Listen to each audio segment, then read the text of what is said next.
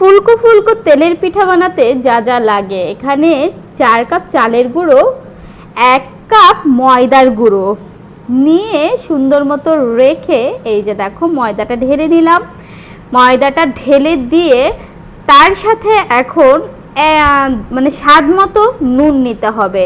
স্বাদ মতো নুন, আপনারা যেমন নুন খান নুন দিয়ে তারপরে হচ্ছে একটু গুড় দিয়ে দিচ্ছি, তারপরে হচ্ছে চিনি দিয়ে দিয়েছি।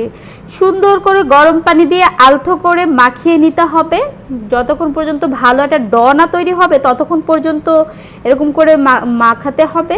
তারপর এক পর্যায়ে তেলের দিয়ে দিতে হবে। দেখো তেলটা কত সুন্দর গরম হয়ে গেলে দিবেন। তারপরে যে দেখো এইভাবে ফুলে উঠবে পিঠাগুলো।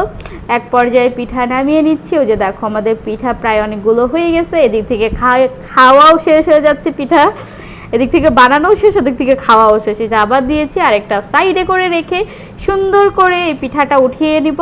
দেখো কত সুন্দর হয়েছে। এই যে এক পর্যায়ে দেখো আমার ফুলকো ফুলকো তেলের পিঠা রেডি হয়ে গেছে। এই যে দেখো এখন বলো কার কার এই ফুলকো ফুলকো তেলের পিঠা খেতে ইচ্ছে হচ্ছে।